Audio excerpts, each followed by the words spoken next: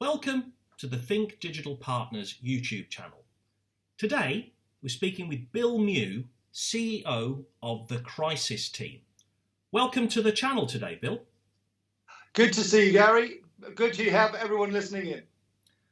Can you talk a little bit today about some of the issues that you Crisis team is all about? But before we get there, why don't you spend a second or two explaining a little bit about the company and about yourself and how you kind of fit into the security landscape? Okay. Well, my background is varied in the extreme, working for very large companies like IBM, where I was on the global leadership of the financial services sector business for IBM, which is about a quarter of IBM's entire revenue, all the way to working for local champions like UK Cloud, who are the market leader in public sector cloud in the UK. But a lot of what I've done on the side has been around privacy campaigning. And I've worked with the likes of Max Schrems to help form a company called None of Your Business, which is an NGO that brought some of the cases on the day one of GDPR. And I've also done a lot of advisory work in support of a lot of privacy activism. That has earned me an enormous amount of credibility in this space. But my ethos is not about privacy for privacy's sake.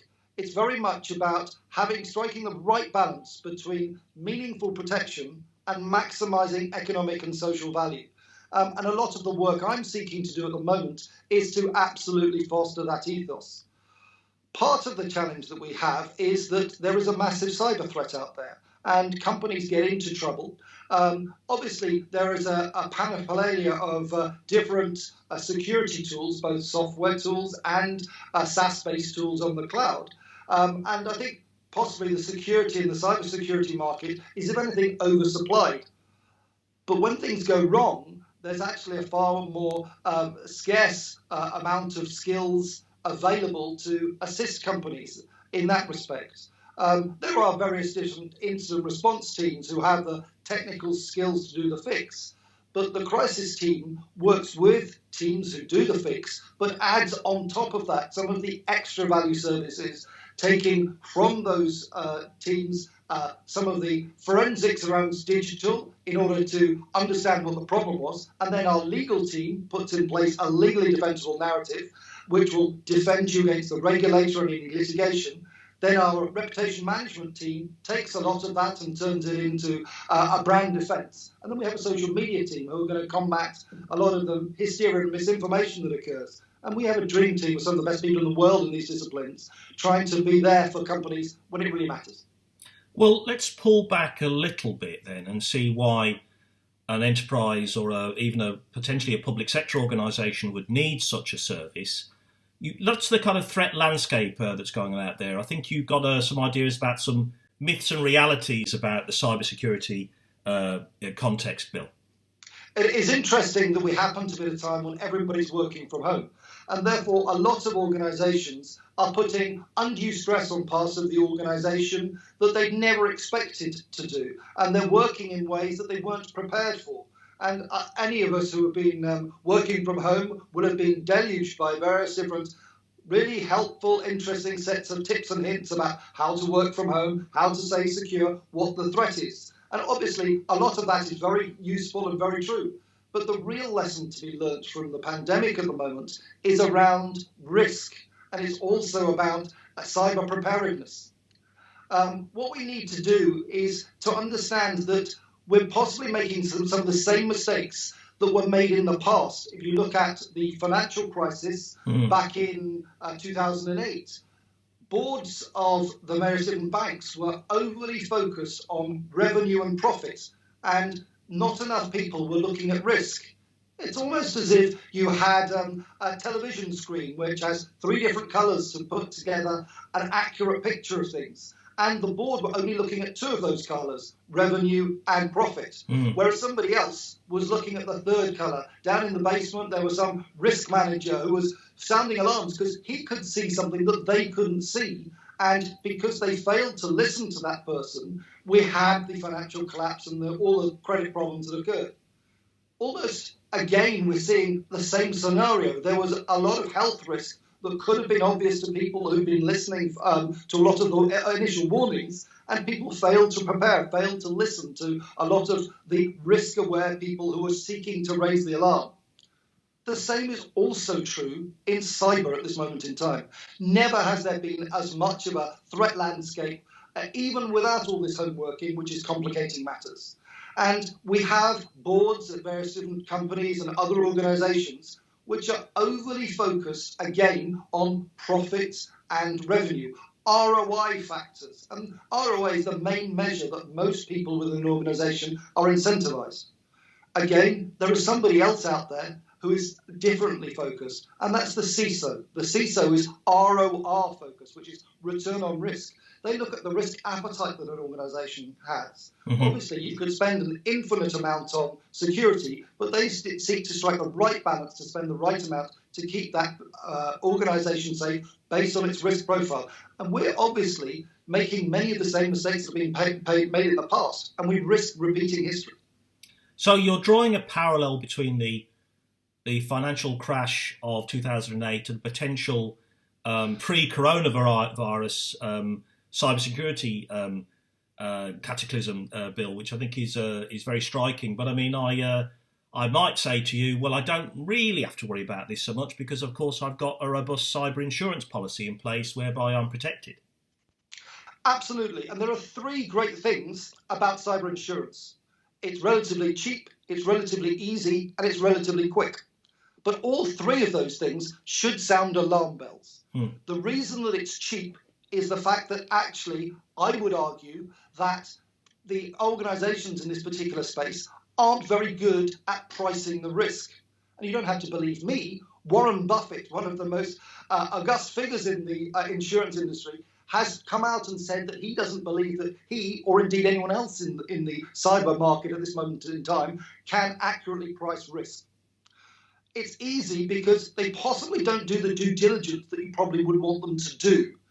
If you think about our credit risk, which was the cause of the 2008 issues, there are scores that are made for every single individual. We have Equifax and other companies that give us an individual credit rating score. Similarly, there are organizations that are starting to emerge that are doing cyber risk ratings for every different organization. Now, the way that many of these work is that they use a web crawler that goes around the web looking for externally facing endpoints and scores them based on known vulnerabilities. Now, this is one way of doing it. It's probably the easiest and cheapest way of doing it, but it's not particularly robust. Obviously, a company that hasn't installed any patches recently will get a very low score in one day, and if it then installs the patches, will suddenly get a much higher score the next day, when not a lot has changed. And it doesn't take into account any of the internal systems or procedures or training. Some people have compared this to assessing fire safety of a building based on a photograph taken from the opposite side of the street. You can see what the building's made of, how big it is, and how well repaired it is, or in what state of maintenance. But you have no idea whether it's got a sprinkler system inside, whether it's holding hazardous or flammable waste. I mean, there is very little that you know about what's happening inside the building. And it's the same is true for the metrics that they're using to automate scoring around cybersecurity risk.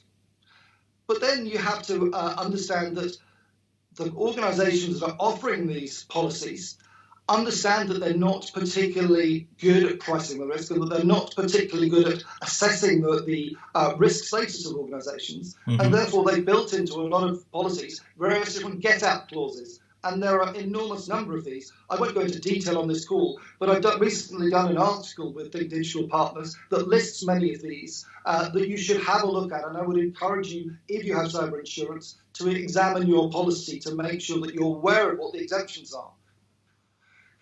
If not, the reality is that there are so many exemptions that companies can almost get out of any kind of claim for any type of incident, and that should be a concern.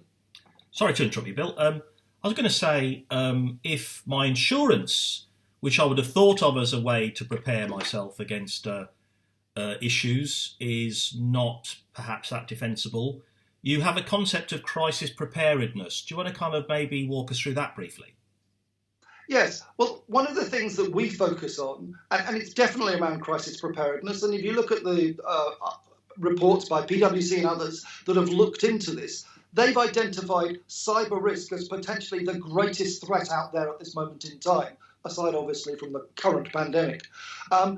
What they have focused on is the fact that crisis preparedness is rapidly becoming a source of competitive advantage for almost all organizations. There were some organizations that came through the financial crisis relatively unscathed because they were able to respond quickly to what was happening. There are some organizations that will cope better with the current pandemic because they're better able to respond to the sudden changes in work patterns, to the sudden changes in the needs of the business. And also, we will have companies that are better prepared or not for any type of cyber pandemic or cyber crisis that occurs. Now, a big part of this is incident response. What we find is that there are some companies that have incident response cover, and they've made sure that they've got a decent cyber insurance policy. They've gone to a decent broker to make sure they've got one that's equipped for their business, appropriate for their business, and that includes incident response, or they've possibly got incident response as a separate cover. These companies are better able to respond. Typically what we find is that those companies that don't have incident response cover, they tend to try and do it themselves. There is always a temptation for the internal team when they're hit by something, not necessarily to admit that they need help or that they're in trouble. And therefore, typically, they will try a DIY fix to try and solve the problem for as long as they can. Interestingly, though, the peak time for calls to incident response companies is on a Friday afternoon. This is because this is typically the time when the internal team have worked most of the week to try and fix it and have understood that they can't do it. They need expert help in order to solve the problem. And then they call people in just before the weekend because they admit to their superiors, we're not on top of this. Those companies that, however, that do have some sort of incident response cover, they tend to call in the expert straight away. And this is a far better approach because actually it takes real expertise to try and fix these kind of problems. And any delay or any failure to fix them is massively going to amplify the exposure. Obviously, the fix is the first part here, and you need the very best people to get to fix things quickly and efficiently. You also need them to do some really good diagnostics so that you understand the scope and the nature of the problem. This will provide the forensics that you then pass on to a legal team. Now, typically, you will have in-house lawyers, but they won't necessarily have specialist cyber law expertise. At some point, in order to get an authoritative opinion, they will approach typically Queen's Counsel or some sort of expert. What we do is offer direct access to the top QC in cyber law in Europe, and therefore it cuts out the middleman and it gives them direct access as early as possible in order to formulate that legally defensible narrative. The next step that you need to understand is that you have a big reputation management problem. And what most organizations don't understand is that cyber is totally different to any other kind of crisis. Imagine that you've got a bank. The bank's got its customers and they come in to withdraw money. Occasionally, you'll get people turning up with guns trying to withdraw far more money than they're allowed.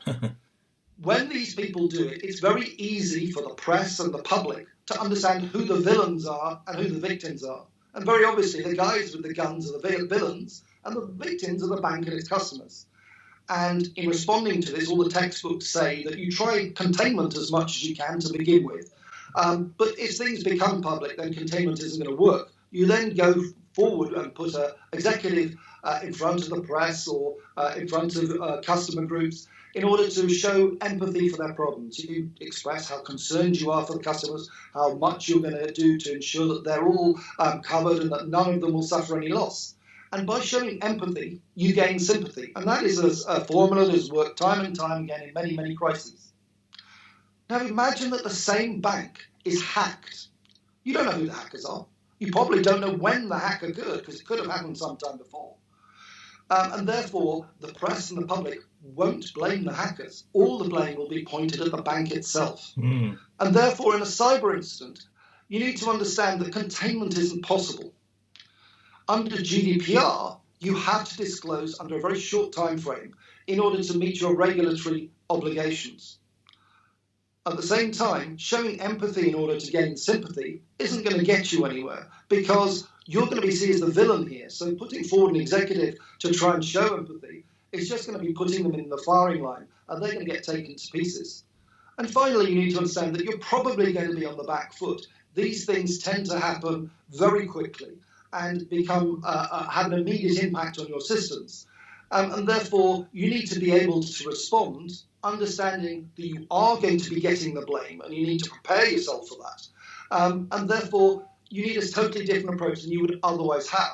Again, coming back to the incident response scenario, if you've developed a legally defensible narrative and you fail to understand the differences in a cyber incident, and you go forward with a reputation management approach that is going to get you into trouble, you're just going to exacerbate the problems. So you need some specialists that are going to understand the nature of a cyber incident and help you through it. And finally, you're going to face an enormous amount of hysteria and misinformation in the social media environment.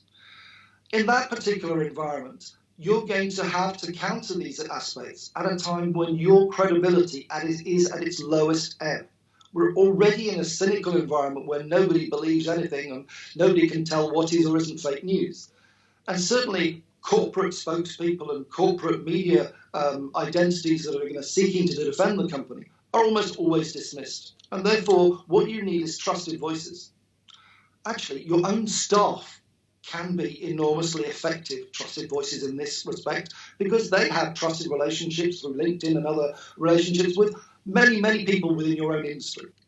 I'll be interested in your kind of views on the current pandemic, the working from home, the possible storing up of security issues, where, of course, trust in staff is going to be a huge factor anyway.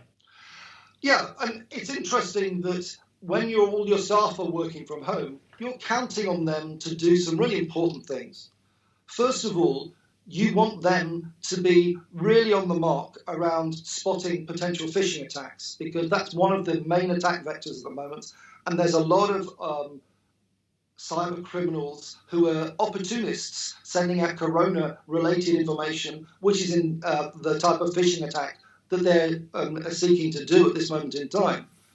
You also, if you can, need to roll out as quickly and effectively as possible multi-factor authentication in order to ensure that people aren't bypassing access controls. And this is very important indeed. And between those two steps, you could eliminate about 80% of the potential threats. But obviously, you need to go beyond that if possible. And the government has published Cyber Essentials, which is a really good start for most companies to look at. And also, you need to make sure that as much as is possible, your staff are using separate devices for work on work devices and their own personal activities on their own personal devices to provide that separation. But we have an incident where, as you say, trust is important. And it's not just the staff that will be an important method of getting a message out to counter hysteria and misinformation in this environment. It's the press, it's the authorities such as yourselves. Unfortunately, in these type of times, the press can be quite hostile. And if you're on the far receiving end of a lot of hostile press coverage, it can be very difficult to get your message across. And therefore, when it comes to that sort of social response, we have a number of industry-leading key opinion leaders who we can use to effectively get messages across and to stand forward. And being someone who's well known in the privacy arena for taking companies to task when they get things wrong, if a company has been attacked and it's been on the receiving end and it is genuinely the victim of a crime, I can use that credibility to come out and speak on their behalf. And therefore, it's important to strike the right balance here. But the main lesson to learn from this pandemic isn't necessarily all about working from home. Those were strengths that companies could have adopted anyway. It's more about understanding risk, and it's more about understanding crisis preparedness, because the next crisis won't be identical to this one. It could well be a cyber crisis, and it could well be related to a number of different factors. you need to be crisis prepared. You need to think ahead and have yourself covered, because there are other incidents coming. The cyber threat isn't going away. It's only getting greater. And at some point, it's going to be hitting all of us, and we need to be ready for it. Let's draw this to a close because we're nearly at time, Bill. Thanks very much for your insights here today. Where can people find out more about these issues and perhaps open a dialogue with you? Well, obviously, you could go to crisisteam.co.uk and have a look at some of the thought leadership on our site. But also, we've done a couple of articles recently around addressing systemic risk, which we did an article for Think Digital Partners. We also have done another article looking at whether cyber insurance is worth it. And that lists all of the potential exemption clauses that you would typically find in a cyber insurance contract. I would suggest you go to that article and have a look and compare those exemptions with whatever policy you've got, and possibly get hold of a broker that's going to help you get the right policy for your organisation. And then make sure that you're cyber prepared. And if you need incident response cover, and I would argue you probably do, give us a shout. Thanks. I think that's a great place to end, and we'll include the links in both our weekly newsletter, Bill, our social media, but also in the links below the video. So thanks very much for your time today. Really good speaking to you, and everyone stay at home, stay safe, and I hope you all come through this absolutely unscathed.